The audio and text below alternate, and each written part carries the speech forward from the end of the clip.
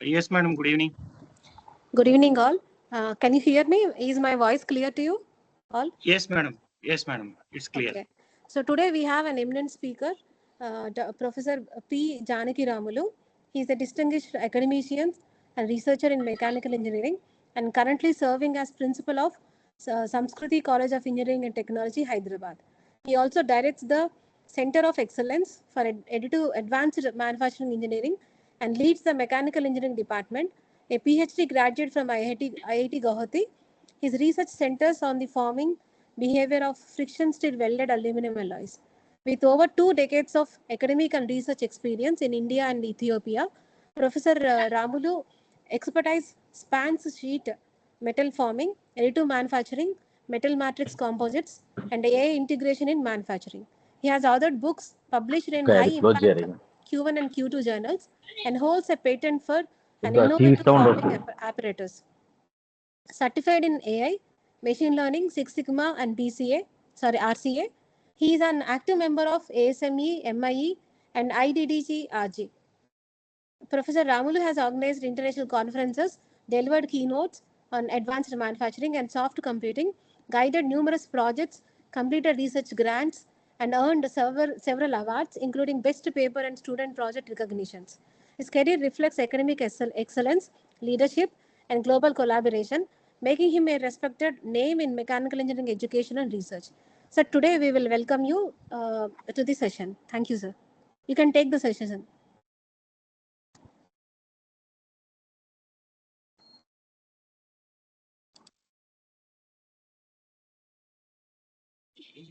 Sir, you can unmute. Yes. Yeah.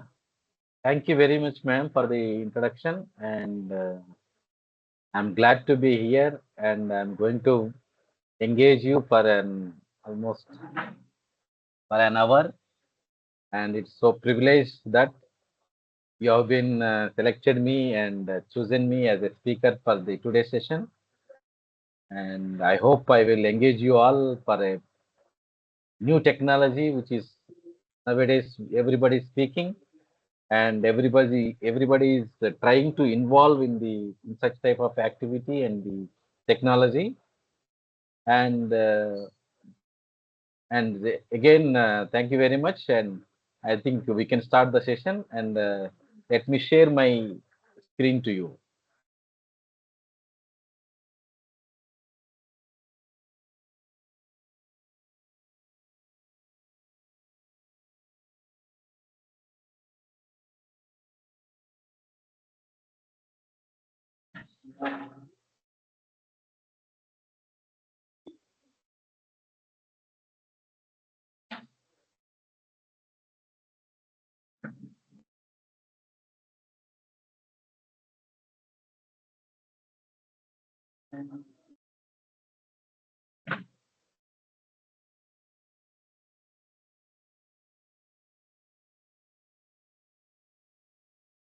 Yeah, is it full screen, sir? Now, can you respond?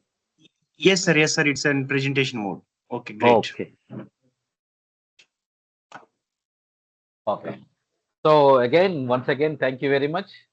I am myself P. Janaki Ramulu, and I'm qualified in different specializations, and I made so many qualifications apart from my regular duties. And presently, I'm a professor for adjunct in the Department of Mechanical Engineering and Technology. Mechanical Engineering, and in Gambela University is in Ethiopia, and principal for Samskriti College of Engineering and Technology in Hyderabad. And today's session, I'm going to speak about myself, what I am actually, and what is IoT concept, and how these IoT concepts were induced to the manufacturing sector, and what makes the difference about the manufacturing sector after introducing this type of concepts to the manufacturing industry.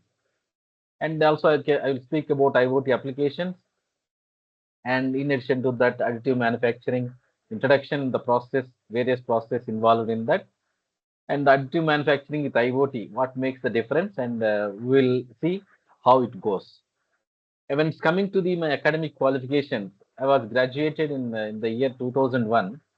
The regular mode is BTech in Mechanical Engineering from Vijay Rural Engineering College, which is in the Nizamabad. And later on, I took the admission in the National Institute of Advanced Manufacturing Technology, which is previously called NIFT, and it is through GATE exam, of course. And I have passed in 2004. Later on, I worked for uh, some engineering colleges, and after that, I went for PhD. I had to Guwahati, and recently I took the course of AIML postgraduate professional course in the AIML from Purdue University through simple and combination, and which was very good course, and it was almost a ratified course. So this is what about my academic qualifications. And when it's coming to my contribution to the teaching and the research experience, so far at the UG level, I delivered for almost 21 courses. For masters, 12 courses, and PhD also 6 courses I delivered so far from 2004 to till date. Even the principal position, I also taking the classes. And when it's coming to I had to go to when I was there as a teaching assistant, I used to take some classes. And the course designed for the PG and PhD, almost 4 courses were designed by me, and they are still running it in the Ethiopian University.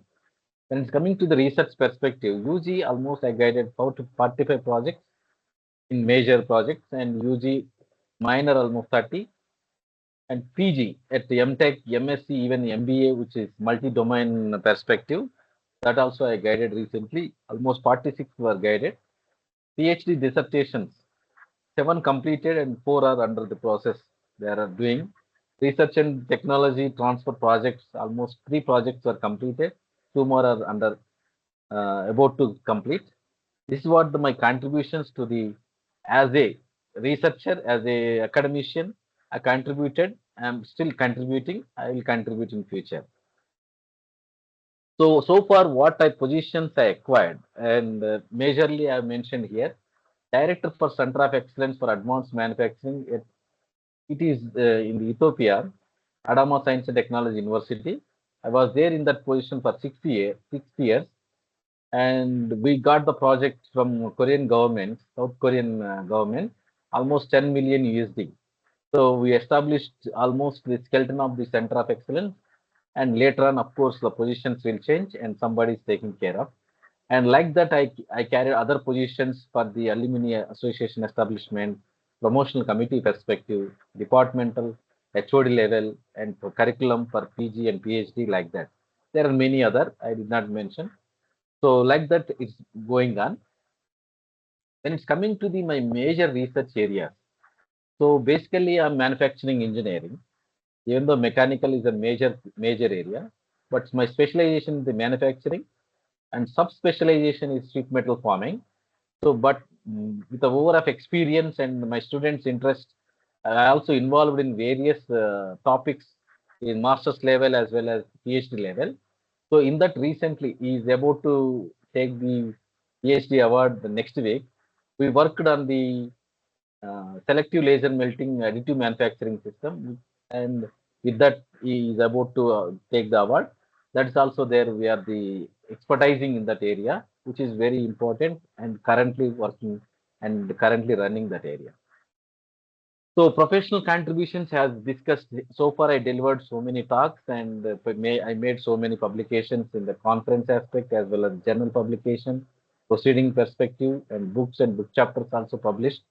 More than I think there are so many, of course, countable numbers, but still we are contributing and we will contribute to the scientific community. And actually, what an engineer must know when we are going to start, and what a researcher must know, that is also there.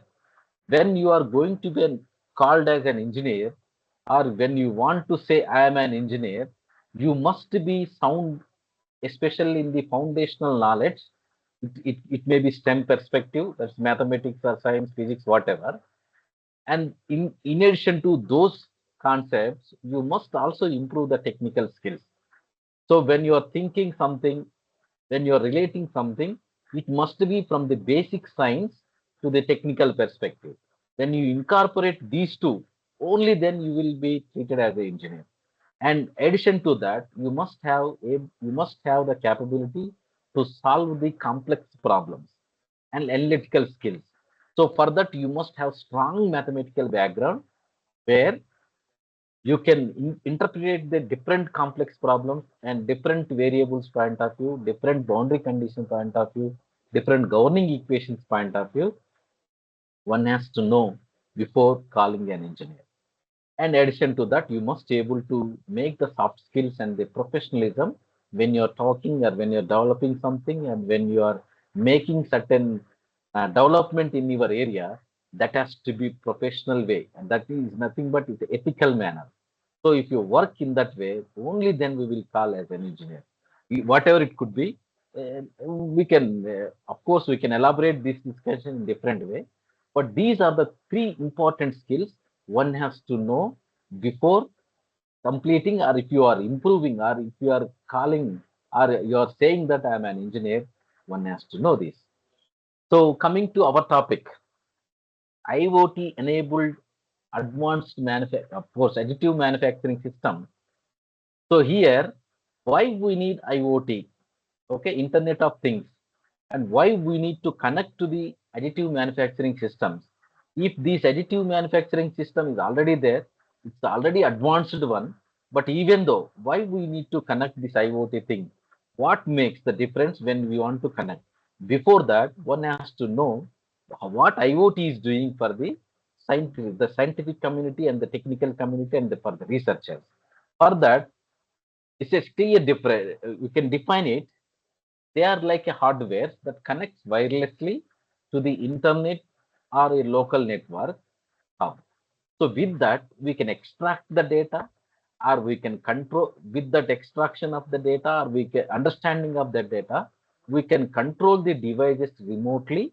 And if you need some transmission of something from one machine to another, one device to another device, it is possible. That's what IoT devices are doing. So this IoT device concepts has come long back, but recently there are so many advancements are taking place in the manufacturing sector also. So based on that, it's like a multidisciplinary domain. So we need to introduce this IoT to our mechanical engineering perspective and manufacturing perspective and additive level manufacturing. Why we need to consider this type of technology to this additive thing? For that, so how it works, generally in IoT, mostly the major components generally are the sensors. So these sensors, as we know, so the sensors previously we used to see the mechatronics things, and we used to see the very pneumatic controls and the hydraulic controls perspective we used to apply. That is like a basic level sensor. So you, by utilization of this sensor, by integrating of this different type of sensor, can we make a big device which can control so many things at a time.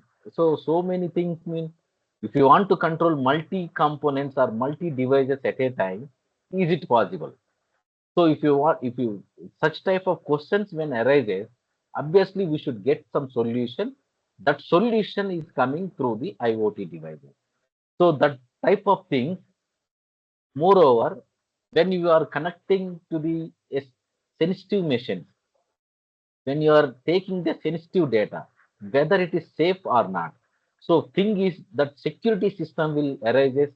So that security system also has been resolved when we are connecting these IoT devices to the most sophisticated or precision level machines. So that way we can utilize these IoT devices for our manufacturing perspective. So the Internet of Things, what is they are bringing, so once in one click, you can operate so many things. So this animation that whatever is showing here, machines taking over the world, man. When you want to operate, or when you want to see, or when you want to analyze, or when you want to do any research on certain thing, so with the utilization of these IoT devices, one can control, one can analyze, one can extract the data, and one can implement that system to the real-time problem, and we can solve the societal needs. So that societal, ultimately an engineer should serve to the societal need. So for that perspective, how we can move forward. So there are so many things we can speak actually. So there are many ways to explain about these things, but even though how we can make these IoT things the real-time functionality. So for that, so generally these IoT devices are having mostly input and output interfaces for the sensors, interfaces for the internet connectivity, memory and storage interfaces, and audio video interfaces. So it covers almost all types of motions, all types of movement, and all types of visualization, and all types of vision things, and all kind of database management perspective. So this by utilization of such things, so one can understand, one can implement for our useful thing. So for example, you see this, suppose this is your day-to-day activity or the utilization of the resources which we are observing in our day-to-day life, like we are using the laptop, we are making the exercises, we are transporting. There are so many applications a human being can use at a time or in a day with so many things. So we may not remember the all the data things what we have observed or what we have consumed and what what we have taken into the consideration and what things can be neglected. So based on that, one can analyze by the smart things which are which are connected through the IoT things.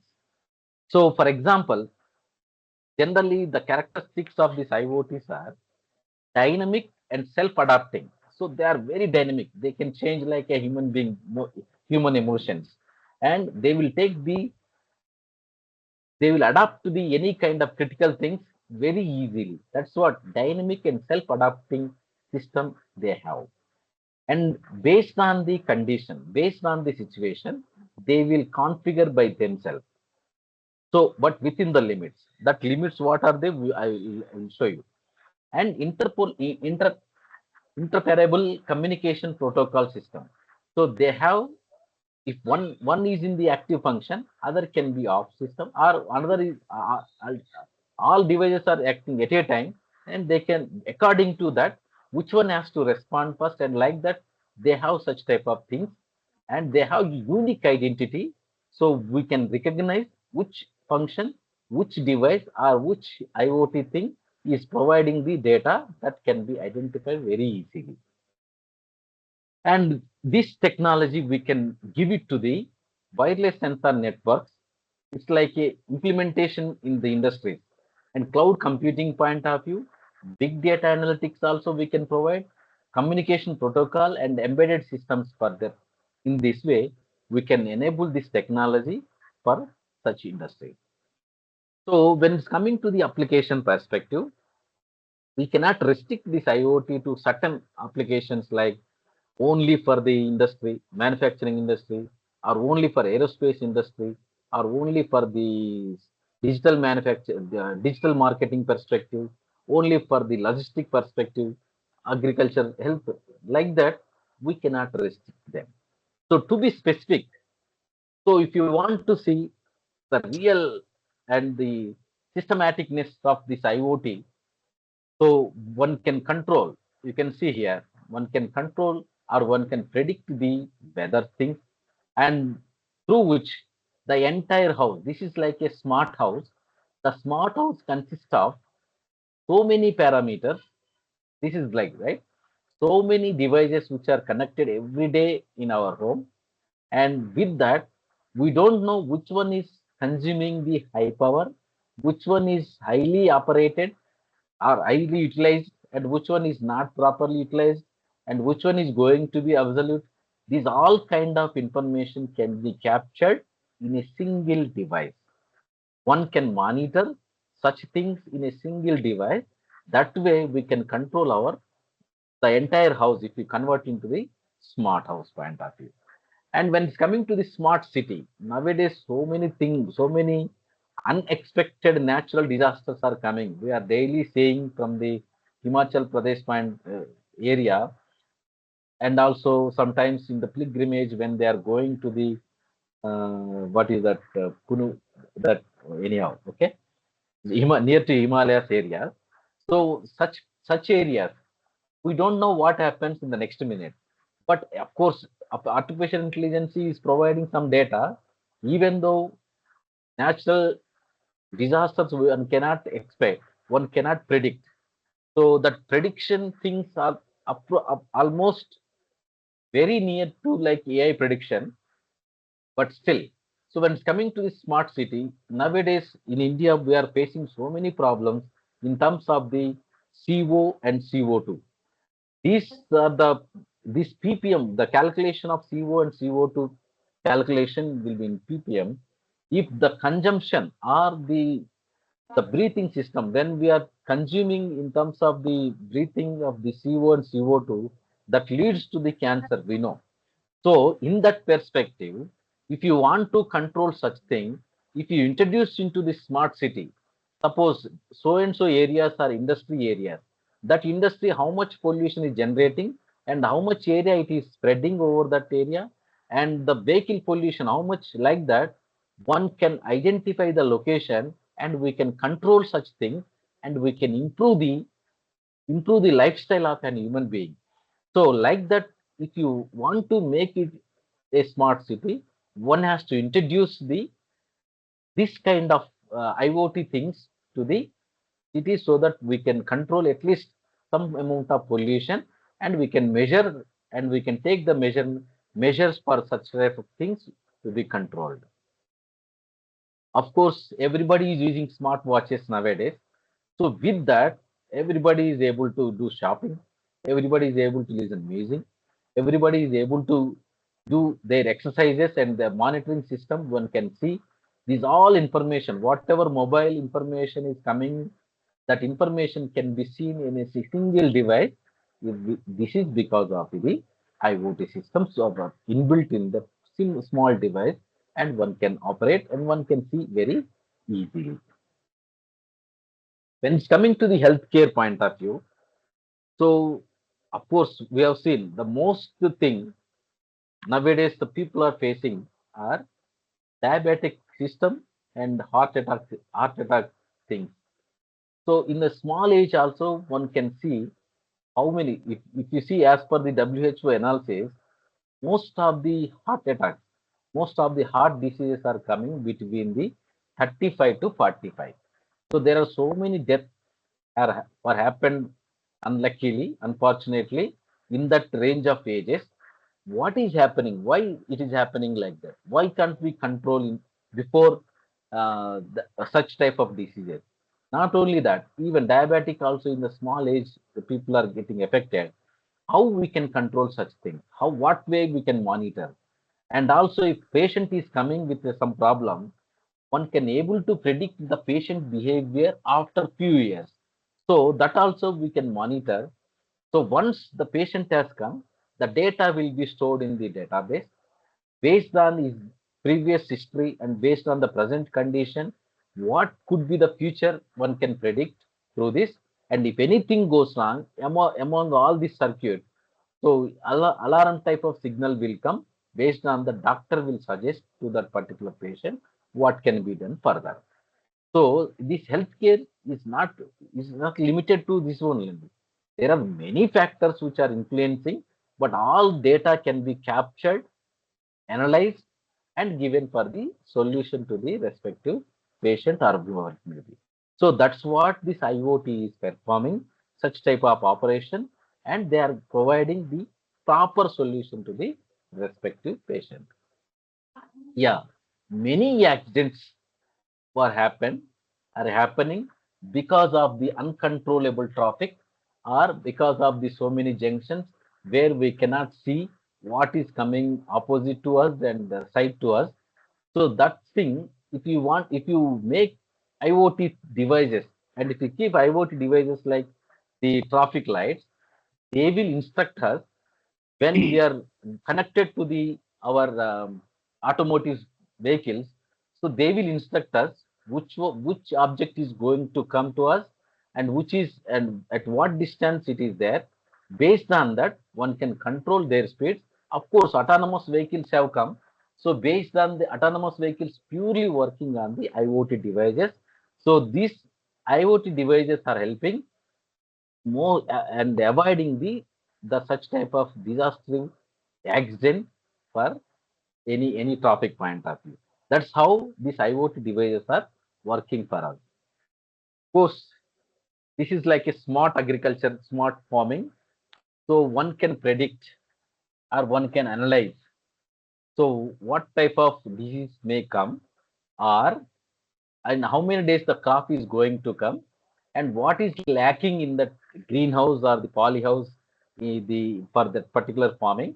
That data can be captured. Based on that, it will suggest us whether oxygen level is decreased, whether the temperature is too much, whether the humidity ratio is not proper. These all kind of monitoring system cannot be seen through our conventional farming. So if you are converting into smart agricultural farm, smart way of agriculture, then we can monitor and we can control the upcoming diseases for that particular plants or particular gardens, whatever. So that way also we can utilize the IoT devices for proper farming and proper way of controlling the whatever diseases which are going to attack to the that particular thing. Yeah, when it's coming to the manufacturing, because manufacturing is the one which in our actually in our GDP, when you see previously before our freedom or after our independence, the agriculture percentage was 90% in the GDP, agriculture share 90%. Nowadays, the agricultural share become almost near to the 50. 30% is comes from the manufacturing industry. Remaining IT and banking, those things will cover other percentage, but 30% of GDP is based on the manufacturing sectors. So if you go back, if you see maybe 15 years back, most of our industries were purely conventional or analog based control system perspective, we know. Because if you want to establish a forging industry or casting industry or the machining industry, huge investment, and if anything goes wrong, the entire product will be under danger and it will be rejected. Then capital, whatever the capital investment we made, that will be in the danger. Due to that, many industries were closed, either forcefully or the intentionally or because of the so many problems. So that is the reason manufacturing sector affecting. So to control this manufacturing, to improve the manufacturing industry, one has to go for the alternative, so that whatever the rejection percentage has to be reduced, whatever the defects which are coming out from the product has to be reduced. For that, this is the best alternative, which is called the Industry 4.0 revolution. Of course, now the Industry 5.0 revolution is going on, but still, our as per our national expectation, as per the middle level or lower level nation's perspective, Industry 4.0, if you are able to execute the manufacturing, whatever the GDP percentage we are speaking, if, for example, if you take the South Korean GDP, only one company is providing 65% of GDP ratio, that is Samsung. Only Samsung company is sharing 65% of GDP in that. That means the entire country's economy depends on the Samsung company. Similarly, when it's coming to the our India, which industry is making that way? Manufacturing means, my dear audience, manufacturing could be pharmacy, could be medical devices, or could be agriculture manufacturing perspective, or could be anything. But to be specific, for mechanical perspective, we are talking about the product and productivity point of view. So to improve the productivity, to improve the product quality, So one has to enhance the improvement, or one has to improve the process conditions and process steps and the in process of that thing. So for that, this IoT is going to help us to improve the past data. What happened when the defect has come? What were the problems? That problems will be stored in the cloud computing or clouds. That way we can remember what happened previously. That steps, that procedure will not be followed further. That is what the network concentric will take care of the controlling of each and everything. That way it is going to control. And when it's coming to the, of course, one has to start from here, then it will go for this way, or anything you can consider. These are the parameters which you are going to help to the industry 4.0 for the manufacturing improvement point of view. So the monitoring tools were not there when industry 3.0 was there. So automation was completely not there. So now all the devices were developed and all the devices are available in the market. So if anyone is going to start an industry, they must undergo with the help of this. So with the help of so many parameters, we can control and we can prolong this. So when it's coming to the disaster management, we know that if any fire is going to happen, one has to give that IoT devices will give the alarming. Based on that, we can control and we can manage that. So logistic and fleet management, of course. So this is a huge and very subjective oriented, that whenever we are making the luggage point of view or the dispatching point of view or something, we can segregating of the product, and it will go beyond according to the requirement, or according to the source and according to the origin. So the systematicness will be seen with the help of this type of devices.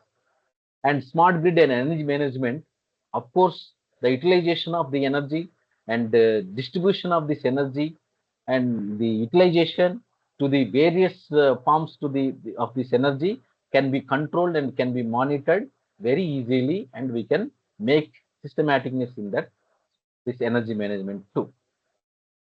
So big data analytics, of course, this is a different topic, and which is mostly in the IT sector, as well as in the what you call the of course in the manufacturing sector also we can use. And this has so many advantages, and it is becoming the interesting subject for the upcoming engineers. So they have to learn so many things like the blockchain based IoT and the role of the NLPs, and like that they are going to take these types of challenges for the upcoming years. So in IoT, before introducing this IoT, mathematically any sensor, of course, we know that there are so many sensors, especially the first the sensor which was used, of course, the people are using, there are thermocouples and there is RTD, thermistor, like that there are many things. So one has to know what mathematical equation or what principle it has. So why the output of that particular sensor is responding in that way, and what are the important physical parameters involved in that sensor, one has to know before understanding the real IoT system. So for that, these are the simple IoT system, simple sensors and the principles and the equations involved for corresponding that sensor. So the same equations, when you go for the IoT perspective, what they are going to do is, so this IoT combines the sensor things with respect to the sensor physics and networking equations and energy models, system reliability and analytics models. So based on that, we are going to combine. Suppose sensor physics is take care of the input and output conversation. When it's coming to the networking equation, bandwidth and latency and capacity of that particular device, and energy models, it will evaluate the power efficiency and system reliability, uptime and packet delivery, and analytics models are machine learning and forecasting things. So this when we combine these sensors to the IoT devices, these are the important things which will be accumulated and which has to be, of course, which will be rectified, and then after that impinging into the that particular device. So for that, same, of course, this majorly temperature, humidity point of view, fire detection and light proximity, gas detection, and predictive maintenance. These are the important sensor which will generally will be used for the IoT devices.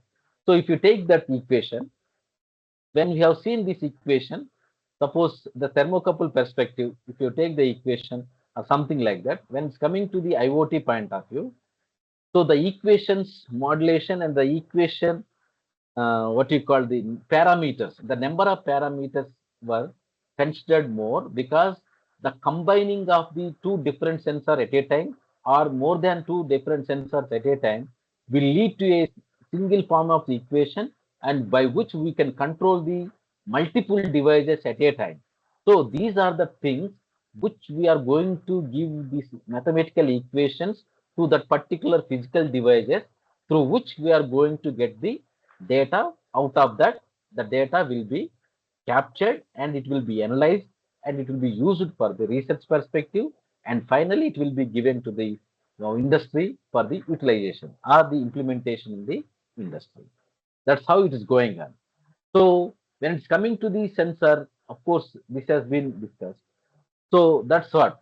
So once the understanding and the mechanism of the IoT sensor, the level of IoT sensors, what they are doing for us, and the understanding of the parameters involved in the IoT, and combining of different sensors and their different things together to form a single sensor or single device. So performing of the multiple tasks at a time.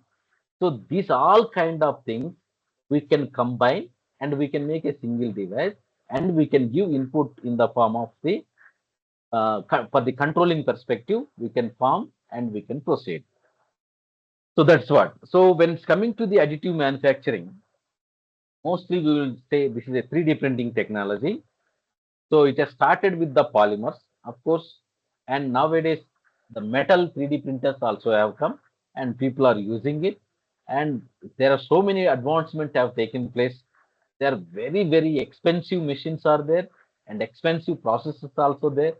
So such type of expensive and sensitive Christian level processes, how to control. The main thing is why this IoT should be used for the additive manufacturing systems, 3D printing systems. If it is a polymer based product oriented, of course the expense, it may not be that much expensive.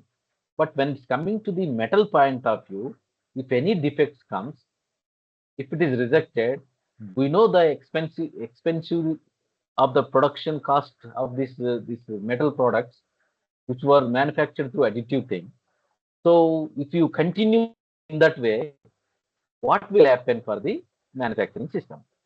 So for that, there are different processes like stereolithography, the mechanism we can see in the animation, how fastly we can produce that one, and we can make the products out of that.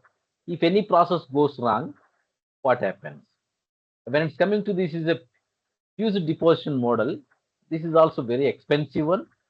So if anything goes wrong in that product, or if anything goes, any defects have come in that product, and how we can accept it, and how we can make the that product saleable, or how we can control such type of things. Because in each and every 3D printing models, there are numerous parameters involved in that. It could be machine perspective, it could be a metal perspective, it could be a powder perspective, or it could be motion perspective. Like that, there are n number of parameters.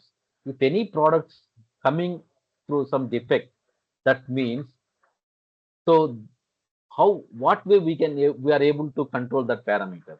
How we are going to analyze the parameters? Whether we will use the ANN model, or whether we will go for the machine learning algorithm, or with the help of ANN can we use the deep learning models, like that. So how to control and how to optimize the parameters is the question. So before optimizing, of course, one has to do the practicality. Before going practicality, again, the simulations are important. Such type of interlinking things are there for controlling of such parameters. Suppose this is very expensive one because it will be laser will be used as a so, source to melt the either melting of that metal powders and making some product out of that. So it is not so easy process and it's very expensive because when my student was doing in the SIP at Bangalore, one product cost almost they collected more than almost is about to 1 lakh rupee. So to make a single component, they are charging that much. So if any defect comes in that product, how we can bear? From research perspective, we are thinking, but when it's coming to the real-time product, when it's coming to the real-time perspective, how one can control that? And similarly, this is direct metal laser sintering. So how we can make, they are very fast, of course, but the same thing, if any parameter which is not responding on time or timely, which is not responding, or it's not cooperating, in the any coding error is there, how we can see. Okay. So these things, how to control, that's what the important thing. And of course, digital light processing are there. And also we have the multi-jet fusion we have. There are like that, there are so many other additive manufacturing methods. Whatever methods they could be, as per the my knowledge, this is the most expensive thing and followed by the laser, selective laser also the most expensive. These are the most expensive process which will be purely used for the metal point of view. So, okay. So for such type of machine, one machine as per my I know in ARC I have seen this machine. They they told almost more than 3 crores one machine cost. So such one machine cost is that much. If you are producing a product out of that machine, the product cost one can expect. This is a purely metal. That two titanium based alloys we are going to mm, melt and get the product out of that. So such type of thing, if you are not properly maintained the database, the problems arises. The previously problems arises from those machine or the product. If the properly not maintained, then how we are going to take into consideration. So for that, one has to adapt this the IoT things and how it will work as we are discussed. So this is completely sensor combining of sensor different things and based on the cloud thing and majorly one can see, let me show you, okay, for that. Sorry. So one can see the basically IoT for the industry 4.0, they will use the actuators. We know the functionality of the actuators, and they will go for the ARM computing chips point of view, and they will use the sensors. So this system will be fixed and will be given to the AM additive manufacturing system. So the majorly the applications which we are going to use, where we can implement this type of technologies for the industry 4.0, there are so many applications one can read here. Okay. So for that, so as we know, the future mechanical engineers or future manufacturing engineers definitely will come across this technology. This is what the digital twin. So digital twin is the upcoming technology which is going to lead the entire manufacturing sector. So for that, one has to understand the significant level of this IoT and how we can incorporate that one to the digital twin perspective. So once you become familiar with the digital twin, they are going to lead the future. And when it's coming to the predictive nature of sensor technology, enable the real-time monitoring machine point of view. If you are thinking of the small component machining cost, one can predict. The same thing when you are using the component which is going to be applied for the marine application or the ship point of view, one can imagine the largeness or the quantum of the product which is going to be implemented there. So how we can control such things without any defect. So like that, there are many other application areas one can use this IoT. For that, one has to train that thing and one has to use for the research aspect. So that's how. So the majorly. So when we have seen the products, the majorly what kind of defects we may expect out of these additive things when we are manufacturing, when the parameters were not optimized, when the parameters were not considered properly, when they were not optimized in the systematic way, when they are not considered the optimal level of that one. So all leads defects in the finally products. That product defects may come in the surface or crack formation, porosity, like that. It's like a casting defects, okay? Almost similar to that. So these type of defects we need to consider and we need to compute before going for the real time. So if you are neglecting, so this type of, suppose this is the powder based that metal point of view, so which was taken in the recent publication, the progress in additive manufacturing. So such type of defects we cannot see when the product is being printed during the process. So once the product is being printed, when we take out and if you check the defects level in that product, if such type of things are coming, this is a metal product, definitely the rejection will be taking place. So how we can avoid such thing?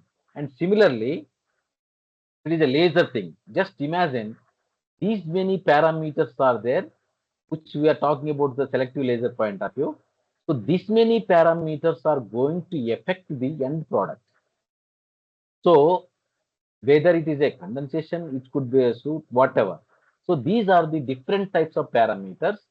So the angle of that whatever the beam which is going to the impringe into that metal powders, so how it is going to affect and how the product will be seen without any defect. So this type of parameters has to be controlled properly. For that, if you are not controlling, one can expect the defects in the various form in the metal products. So if the metal products were defected in this way, if you are not taking into the consideration of the previous history of that particular thing, this will continue and leads to the huge losses for any company. So which has to be controlled properly. For that, we need to introduce the new technology. That new technology is our IoT-enabled additive manufacturing system. So similarly, if you see the suppose bulk type of product you developed, but there is a layer delamination defect, which is also, of course, defect is defect, which will be rejected in the different way.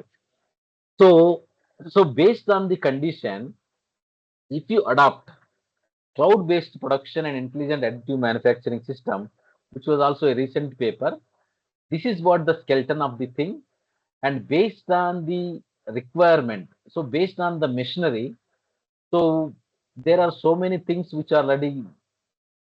Of course, this is the machine where we are going to use the metal deposition, metal additive product, and we are going to use for this type of IoT sensor.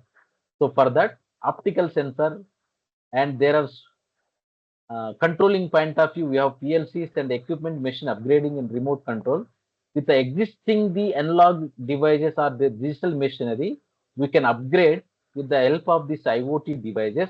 By upgrading the existing machine to IoT devices, one can control the defects, because whenever deposition is not properly done, not properly being and sufficiently, it's not supplied by the source or by the heat generation or whatever, immediate alarm sensing will come. With that, we can control the defects and we can stop and we can take the serious measure of that one, and we can proceed for the next thing. So that is the thing. So based on that, what it will do generally, if you are converting into the existing system to and attaching to the IoT devices, so this cloud computing basically maintain the connected devices, the machine, dealing the multiple manufacturing tasks, enabling easy process components, and they are vice versa. They will be connected each and every time, machine to machine, point to point of communication, enhancing the productivity and exchanging of information. Then IoT, we know it will take the large scale of the integration of the devices by which the huge amount of data can be captured. That data will be analyzed. That's what the big data will be collected. Based on that big data, again, we will analyze. So if any problem comes in that network, we can control and we can fine tune. This type of computational things can be done before actual process to this one. So one can ask, this IoT can be compute by ourselves. So, but we can predict the IoT mechanism thing through our various means, like we have different softwares. Exactly, I cannot say, but we can see with the help of ANN models or the deep learning or the different mechanisms, one can estimate and we can understand the behavior of that particular machine, and based on that we can choose the parameters and we can proceed further. So these are the major things, major reference which I've taken, and apart from that, there are so many other journal papers also we have referred. So accordingly, of course, even my student papers also have referred, but still they are under the review. That's why I did not disclose here. There are many other papers to come from my end, and this is what the thing what I want to say. Teamwork is not just about having the right people, but about how the right people work together. So everybody may be qualified, but if they are not cooperating as a concurrent manner, if they are not focusing towards the goal of the institution or the industry or the organization, then we cannot use them, or we cannot use the product, or we cannot use anything in the fruitful manner. Thank you very much for the chance and your patience. I really appreciate the Verma who is following up me continuously. And thank you for the Naidu sir, who is really, I have seen his profile, and he's really a good researcher. Of course, we can expect many things from him from future. And the thanks for your entire department. I have seen almost everybody is very proficient and researchers in your department. And thank you to the GMRIT, and thank you for AICT who are really making such type of platforms, and they are giving so many of FDPs to enlightening the latest technologies to the researchers and the upcoming teachers as well as the PG students. Really, we must thankful to the government of India. Thank you very much, sir.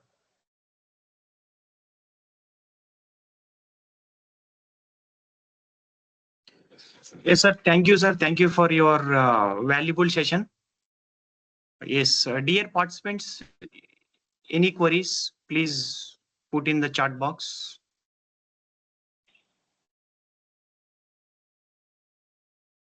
Good evening, sir. I have one question. May I? Yes, yes. Sir, are you there? Yes, yes, yes, I am there. Yes. Mm. Sir, I want to know that what are the connectivity challenges in developing IoT across a remote, or what we said, a complex industrial environment?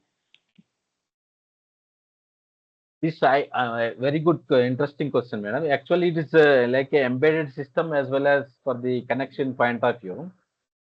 So majorly generally when IoT systems were connected, the major problem is the what you called that uh, major problem, compatibility. The compatibility will come. So that compatibility nature is, as I showed some equations, when you are putting so many equations together and so many sensors together, we are connecting. When the compatibility is missing, the entire system will be in danger. So before connecting any devices, they will check the compatibility of that particular machine or the parameters. Accordingly, they will connect that thing. And addition to that compatibility, they will also check the periodical check, what you called what is that, sir? Exactly, I'm not really getting. So if any machine, if you want to The term is not coming. So that, wait a minute. The point is, okay, anyhow, it's not coming out. That means we will check the periodical way of checking. That means when you are getting some result, the result should be within the range or not, we will check. So if it is not within that range, then we will go for the re-verification of that particular system. So that way, there are so many problems are there still, the IoT connecting to the existing system, especially if you go to the Central Institute of that the manufacturing systems, they are well equipped with this IoT system for the existing machines, and they are getting good things out of that. And of course, they are making so many projects from the government of India. I hope it is not satisfied answer, but I think I will give you in the better way. I will you can take my email and I will provide you that. Thank you. Okay, sir. Thank you very much.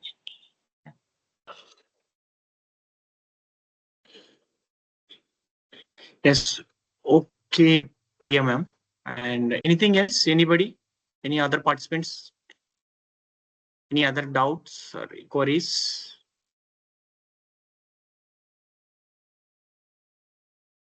You can ask me, sir, anytime. I have my details with our Naidu sir and the Verma. You can reach me anytime because we are dealing so many research projects as well as administration things also there. We are working on it and we have various departments. Of course, the GMRIT is the best institution I know, but still we can collaboratively work.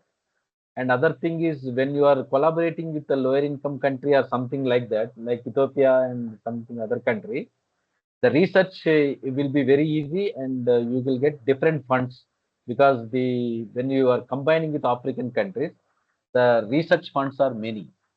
So of course we can make a separate session out of that, but it can be done. Okay.